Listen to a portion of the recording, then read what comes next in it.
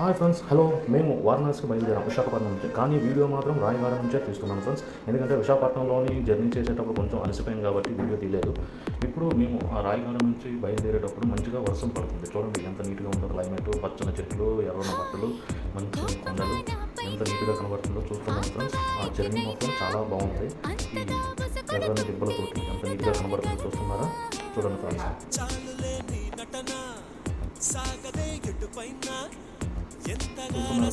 చాలా నీట్గా వచ్చింది.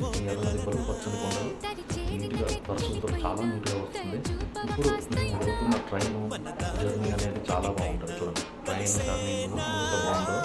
ఈ ట్రెక్కింగ్ చూసారా, వర్షంతో రైనింగ్ మొత్తం చాలా నీట్గా అంత నీట్గా ఉంటుంది.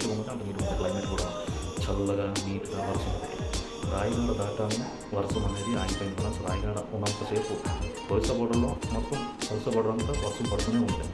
ఒరిస్సా బోర్డర్ దాటాము, వర్షం ఆగిపోయింది. కానీ వర్షం పడుతూ క్లైమేట్ మాత్రం ఎక్సలెంట్గా ఉంది. మార్నింగ్ 8 o'clock నుంచి స్టార్ట్ అయింది. అది భలే ఉంటుంది. చూడండి తింటుందా మంచు, వర్షం, మబ్బులు ఇవన్నీ. నేచర్ అనేది నేచరే. ఎంత నీట్గా వచ్చిందో నేచర్ చూసారా? ఏదైనా నేచర్ అంటే నేచర్, అందుకే నేచర్ని ప్రేమించమని చెప్తారు. నేచర్ అంత అద్భుతంగా ఉంటుంది కాబట్టి. చూసారు ఎర్రని మట్టి పొలాలు.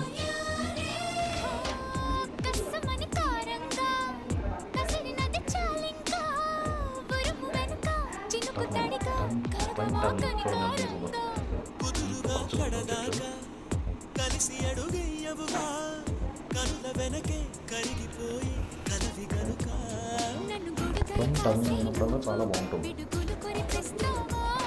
ఇప్పుడు మనం కాశీలోకి ఎంటర్ అవుతున్నాం ఫ్రెండ్స్. కాశీలోకి ఎంటర్ అయిన తర్వాత బ్రిడ్జ్ అనేది చూడండి ఎంత నీట్గా కనబడుతుందో. వెల్కమ్ అనేది కూడా ఉంటుంది, చాలా నీట్గా ఉంటుంది. బ్రిడ్జ్ అనేది చాలా సూపర్గా ఉంది. చూసారా ఎంత బాగుందో. ఇది గంగాజలం వారణాసి, కాశీ వారణాసి గంగా చెరువు. చూసారా ఎంత బాగుందో చెరువు.